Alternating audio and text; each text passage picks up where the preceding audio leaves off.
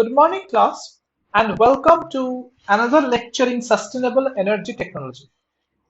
In the previous class, we have been discussing the PN junction diode and how, when sunlight is incident on a PN junction diode, you get a stream of free electrons and free holes that are created by the absorption of the photons in the PN junction, which then migrate on either side and lead to a generation of electricity or electrical current. In this figure, this principle has been shown in a graphical format. So you have a typical solar cell system which contains an N emitter and a P-type emitter. This is N is called an emitter and P is called the base. This is the space charge region or the depletion zone, which contains the unbalanced positive and the negative charges. Remember that positive charges are on the N side and the negative charges are on the P side, creating an electrical field F that is directed from the N side to the P side. As we discussed, when sunlight is incident on this system, electrons are created in this depletion zone, which move towards the N side, and holes, which are positively charged particles, are created on the valence band and which moves towards the P side. And the transmission of electrons through an external circuit towards the P side through a resistor leads to the transmission of electricity, which can be used to do useful work.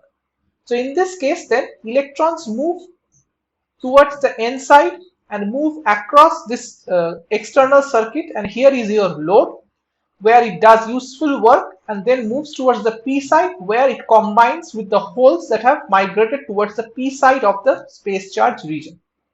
As a result, the current moves in this direction. Okay. Now you have several sections in this solar cell module.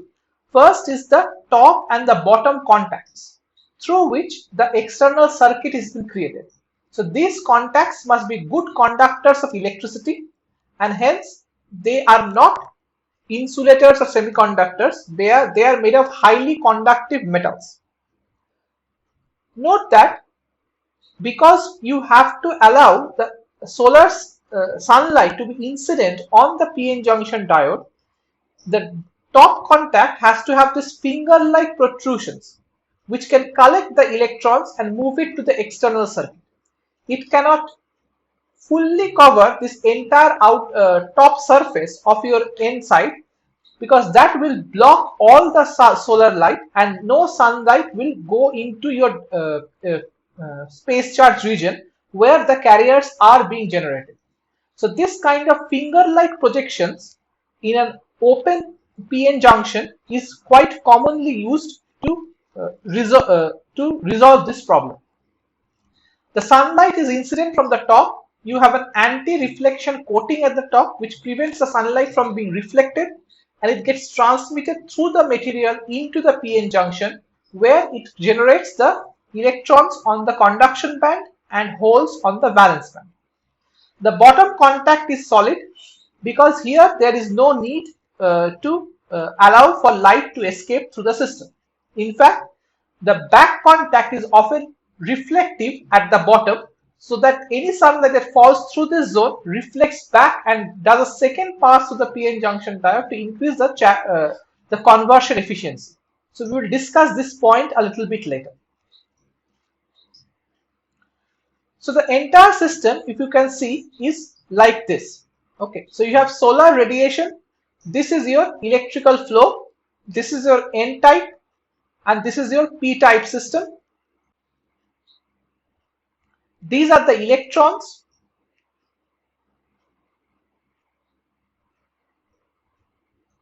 And this electron is flowing from the N side to the P side and is getting combined with the holes on the P side.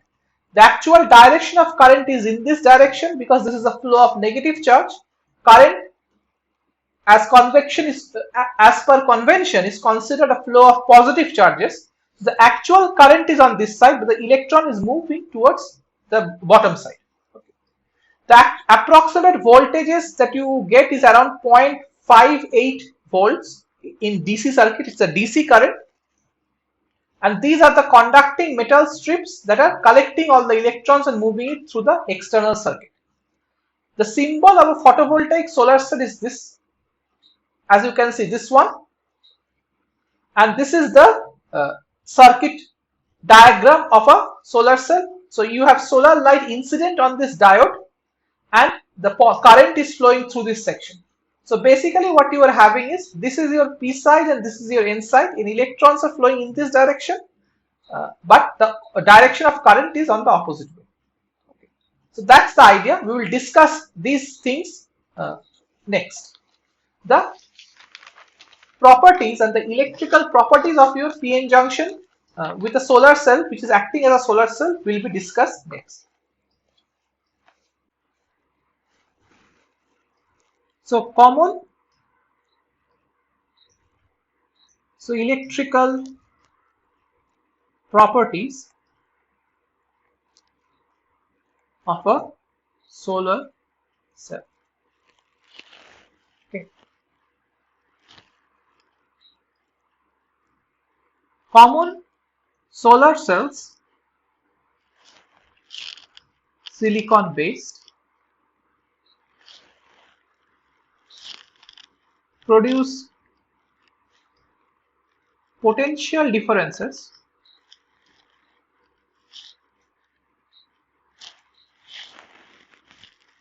of about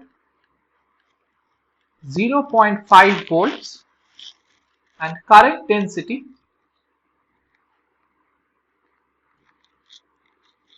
of 400 amps per meter square for a solar radiation flux of 1000 watt per meter square. Okay.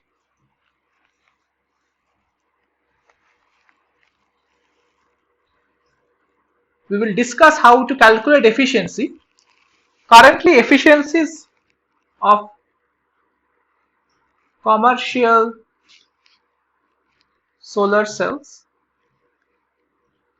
typically range from 12% to 25%.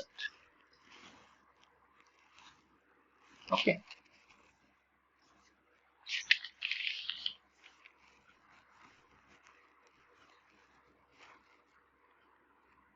Commercial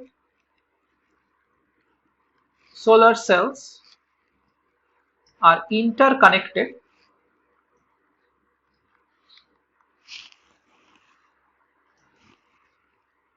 and fixed with weatherproof encapsulation.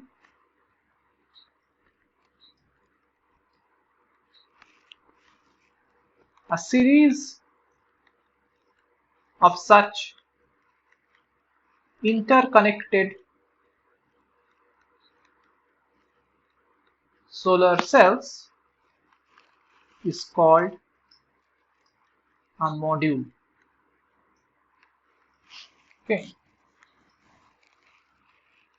The open circuit voltage of a module is between 15 volts to 30 volts. So individual solar cells have a voltage potential difference between its ends at around 0.5 volts and a current density of 400 amps per meter square when you have an incident flux of 1000 watt per meter square of sunlight. The efficiencies range from 12% to 25%. So what this means is 12 to 25% of the energy that is incident from the sun is being converted to electrical energy. The individual solar cells have very low potentials. So they are connected in usually series into solar cell modules to increase the voltages, so that the total open circuit voltage of a module is between 15 volts to 30 volts.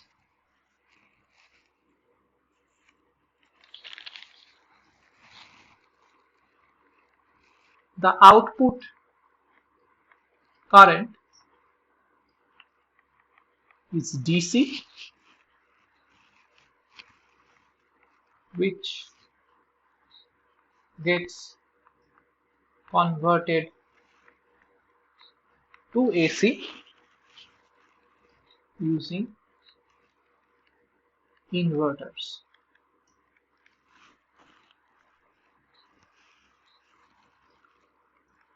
For a module with fixed installation,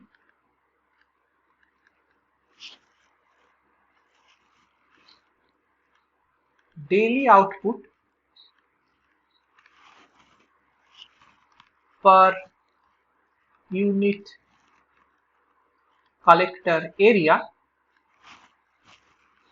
is 0.5 to 1 kilowatt hour per meter square per day. Okay, so the output current from a solar cell is a DC current which is getting converted into AC through inverters. Okay, now for a module with fixed installation, so here fixed installation means the module is not tracking the sunlight. It's usually fixed at a certain angle and there is no rotational assembly that is tracking the sun across the sky. Okay, which is much cheaper and the efficiencies are reasonable. So almost no solar cells actually have a tracking system like your mirrors for the solar thermal cases. Okay. Then the daily output per unit collector area is 0.5 to 1 kilowatt hour per meter square per day. Okay. So now, how does the photovoltaic circuit look like?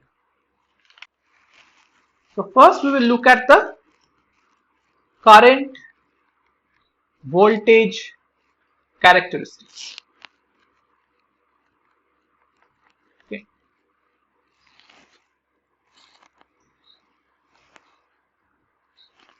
For your solar cell system.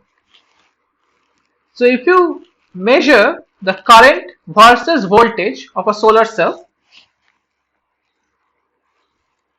so you have your solar cell here, N side, P side, which is connected externally to a load.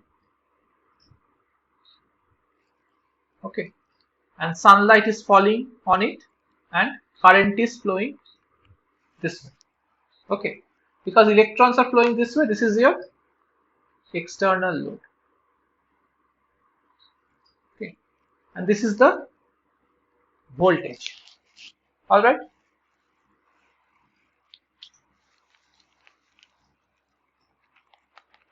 Then we can plot I versus V for such a solar cell, and if we plot this, the kind of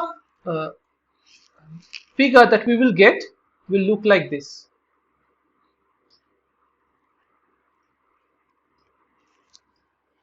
Okay. So this exit is basically the open circuit voltage and this is the short circuit current.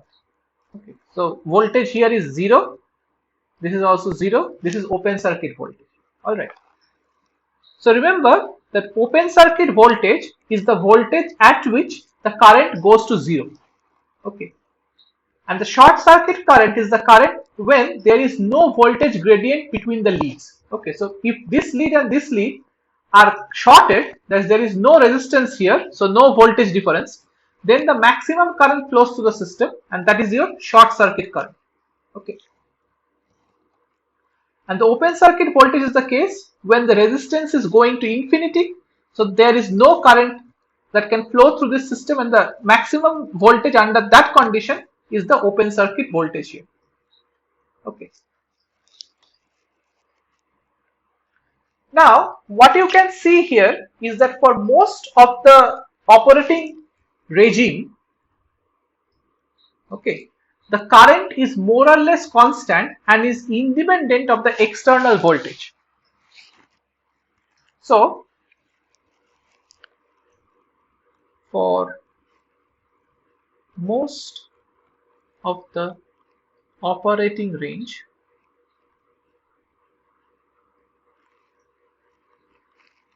the solar cell current is constant and equal to ISC and does not depend on external load. Why is that the case? See, here the current is not being produced by a voltage difference exerted at its end, like a typical diode case. What is happening is, it's the sunlight, H nu here, which is hitting the PN junction and promoting electrons and holes that are moving through the system.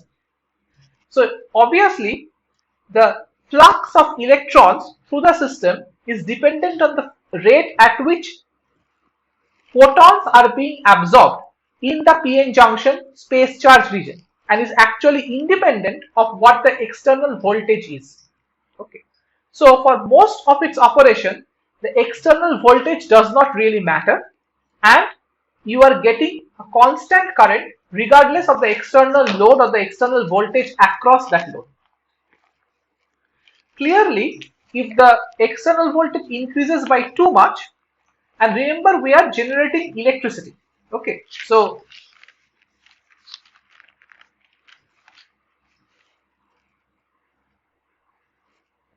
if the external voltage increases too much, the current starts to fall because the voltage begins to rival the voltage that is generated across the space charge. Okay. So as long as the external voltage is lower than the voltage across that space charge region, there is no issues.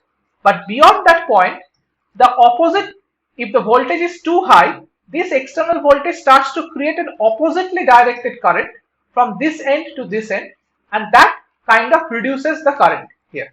Okay. So that is the reason why beyond a certain point, your solar cell current begins to deplete because the externally applied voltage overcomes the voltage difference across the space charge zone and an oppositely directed current starts to be generated, okay, which competes with the light current. So this is called the diode dark current. Okay. So in general, VOC is less than E gap by Q. This E gap is the energy across the forbidden gap divided by Q. Remember, this is the voltage across the space charge region. Okay. So this open circuit voltage is actually less than or equal to this E gap by Q. Okay. As soon as the voltage increases beyond this point, you get an oppositely directed current from the P side to the N side, breaking the depletion zone potential barrier, and hence your current starts to fall. So hence, solar cells are often called constant current sources, okay, because over its range of operations, the amount of current it is generating is constant. Now, power generated P equals to V into I. So this is equals to V into ISC for most of its period. Okay. The voltage is increasing linearly. ISC is constant. Okay. So what you would expect therefore is that the power is increasing linearly with voltage. So what you will get is the power will increase linearly with voltage and then will start to drop off quickly. So this is power. Okay, power in watts. And this point here is P max power. Okay, because current is constant and voltage is increasing linearly, the power will increase linearly up to the point where the current suddenly starts to drop because voltage is coming close to this band gap voltage, and at this point you have the maximum power, and this is the preferred operating range of your solar cell. So based on this, now if you look at this structure, an ideal constant current source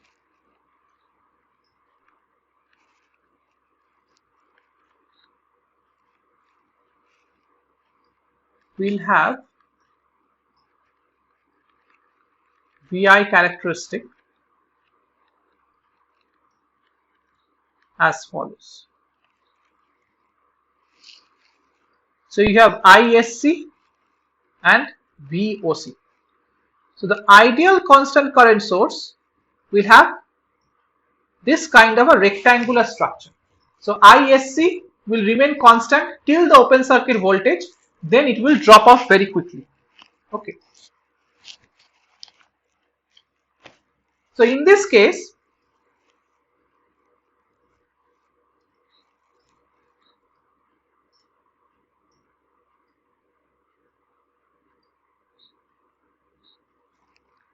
this is your P max power ideal for a ideal constant current source. Alright. However, the actual solar cell functions a little bit differently. So it will go like this. Okay. So this is the actual solar cell. So in this case, the max power point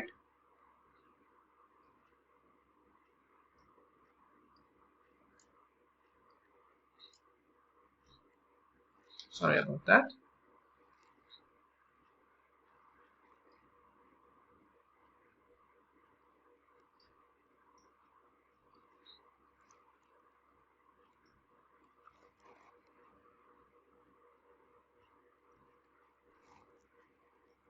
Okay. So this is the P actual max power, this point here. Alright. So basically therefore, you can define the fill factor FF of a solar cell as P max power actual by VOC into ISC. The actual max power point here into the ideal max power case, which will be at this point here. Okay.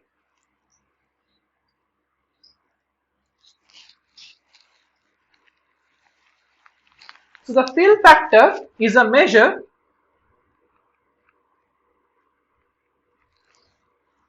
of how closely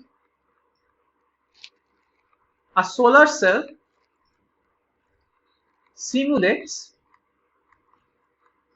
an ideal constant current source. Okay. So for grade A commercial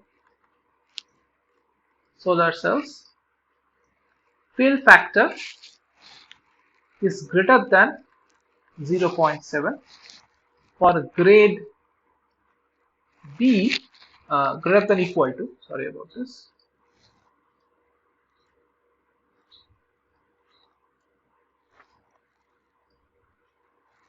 grade B cells, fill factor is equals to 0.4 to 0.7. Okay. So high quality cells, your fill factor, this actual max power by the idealized case it's 0.7 or up, and for grade B cells it's 0.4 to 0.7.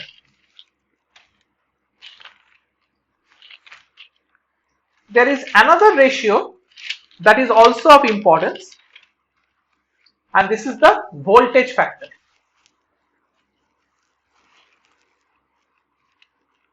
Voltage factor. So as we said, V across your gap, the space charge zone, is basically E gap by Q, where Q is the charge of a single electron and E gap is electron volts. Okay. So in this case then, we have voltage factor FV as V open circuit by V gap equal to V open circuit by E gap by Q. Usually the voltage factor FV is of the order of 0.6 to 0.5 for silicon and of the order of 0.8 in another kind of semiconductor called gallium arsenide. Okay. So because the entire voltage across the gap does not transmit to the open circuit voltage, so this voltage factor is also an important part in determining what is the actual open circuit voltage for your cell. You can evaluate for a material what is your forbidden gap value. For example, it's 1.1 electron volts in silicon, and you know the value of Q in coulombs. So from that you get the voltage across the gap. Then you divide this ratio. If you know the voltage factor, you can get the open circuit voltage.